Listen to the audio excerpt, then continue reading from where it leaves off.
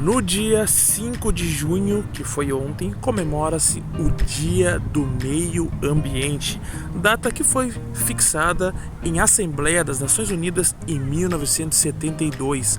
Aproveitando, eu quero comentar com vocês um pouquinho de como que está a situação ambiental aqui em Porto Alegre. Estou numa praça aqui fazendo jus a essa data.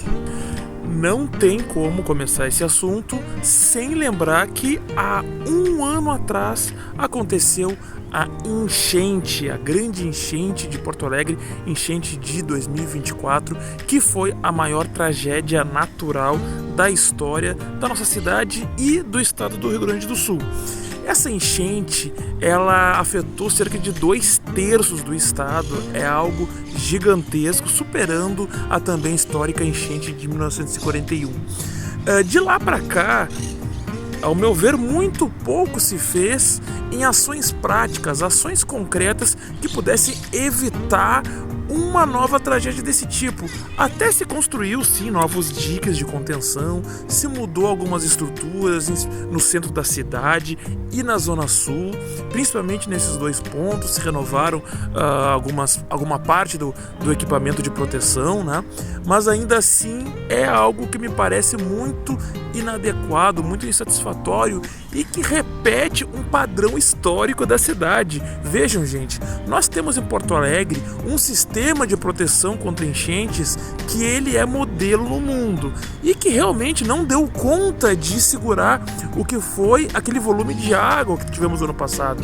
Mas vejam, esse modelo, esse sistema de proteção, ele não foi executado, não foi feito a cabo da maneira que tinha sido concebido lá nos anos 40, quando foi começado, né, quando foi iniciado. Esse sistema ele começa com o Loureiro da Silva, prefeito da cidade, durante a enchente de 1941, e aí ele vai ficar pronto só nos anos 70. Então, inclusive a enchente, esse sistema já tinha sido praticamente abandonado, né? Só que teve uma enchente em 67 que foi enorme também, e aí o sistema foi de novo pegue para ser construído, né? Tinha uma parte dele já tinha sido feita, e aí no começo dos anos 70 eles concluíram como ele é hoje, mas ele nunca foi feito da maneira como tinha sido concebido pelos técnicos originalmente, que eram técnicos holandeses e brasileiros. Inclusive, durante a enchente, essa última agora de 24, a gente viu uma incompetência muito grande da gestão pública em todos os níveis. É claro que a municipal acaba sendo destacada por ser aquela mais responsável, né? Mas mesmo a nível estadual, federal, parece que houve uma falha que mostra como nós estamos a ver navios. Por isso que uma parte da população foi dando aqueles slogans, né? Nós por nós e coisas do tipo assim, né? E ao mesmo tempo, ao atacarmos exclusivamente o prefeito, o governador, a gente esquece problemas estruturais maiores. Claro que eles têm que ser responsabilizados também pela péssima gestão e pela péssima eficiência ao não prestar serviços básicos de maneira eficiente. Mas nós não podemos esquecer questões estruturais muito maiores. Como que é gerido o sistema ambiental porto-alegrense, gaúcho, brasileiro ao longo desses tempos? Ele vem sofrendo uma série de ataques. E isso é algo que tem que ser muito mais enaltecido e até com conhecimento histórico do tema. Inclusive, tem um problema muito claro aí e que se reflete em outras áreas, que é justamente o fato de que nós seguimos ocupando de maneira predatória áreas inundadas, áreas úmidas, áreas inundáveis. Nós estamos avançando a ocupação de moradores próximas das áreas de rio, inclusive agora com grandes empreendimentos. Nós temos novos shoppings à beira do Rio Guaíba, nós temos mais áreas, nós temos, por exemplo, na zona sul da cidade, nós temos áreas ocupadas por novos edifícios, áreas ocupadas por empreendimentos mobiliários de alto padrão que estão entrando em áreas da Belém, da Zona Sul lá, Ípica. Inclusive, nós temos visto um avanço sobre áreas verdes, áreas de preservação ambiental que estão sob ataque, que também tem diminuído nossas áreas verdes. Vejam, gente, Porto Alegre nos anos 90 chegou a ser a capital mais arborizada do Brasil, e essa realidade hoje ela é longe de se repetir como foi naquele tempo.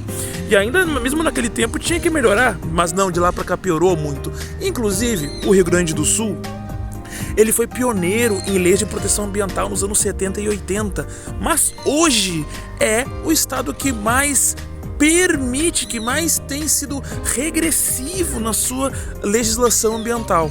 Nós temos também o problema das depredações e do desmatamento em áreas verdes urbanas. Um grande exemplo disso é uma área fronteiriça entre os municípios de Porto Alegre e Viamão, que é o Parque Saint-Hilaire, que sofreu ali uma devastação ambiental, um ecocídio terrível e que ainda está em curso.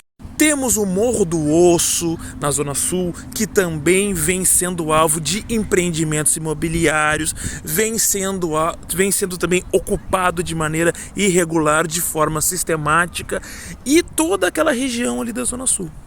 Nós temos associado a isso até mesmo uma piora na qualidade do ar na cidade. Nós temos um aumento de temperatura confirmada em diversos bairros da capital.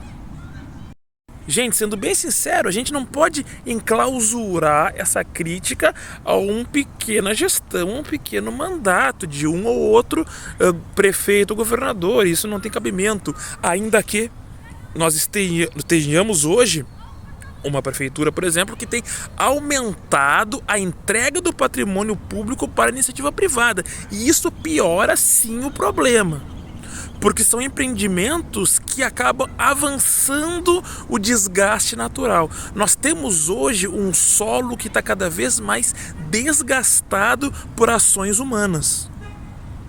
Mas é importante lembrar que nós também conseguimos muitas vezes alguns avanços, nós conseguimos parar diversos processos. Nós temos o problema da Fazenda Arado, que está judicializado, que é um grande parque de proteção ambiental que hoje também está sob risco. Mas esse caso, o tema do Morro do Osso, entre outros, são temas que ainda têm alguns freios, porque justamente existem organizações, existem pessoas que se organizam lá no bairro Belém Novo, na Hípica, de várias partes da cidade. O Parque da Redenção também é alvo de especulação imobiliária. Nós temos a questão do Parque Marinha do Brasil, o Parque da Harmonia. Todos eles sofreram processos agressivos com relação a empreendimentos. E em muitos casos, a sociedade civil, de maneira organizada, conseguiu, no mínimo, mitigar esses efeitos, ainda que em alguns casos seja insuficiente. Mas o que eu quero dizer é que nós temos que continuar nos organizando, pressionando para que a gente possa salvar o resto que nos cabe. E não esqueçam de curtir esse vídeo, comentar, se inscrever aqui na Cinemateca Histórica e falar para vocês aí que lugares da cidade que vocês veem que tem um grande retrocesso ambiental, que lugares que vocês veem esperança, o que vocês sugerem. Diga aí o que vocês acham desse tema.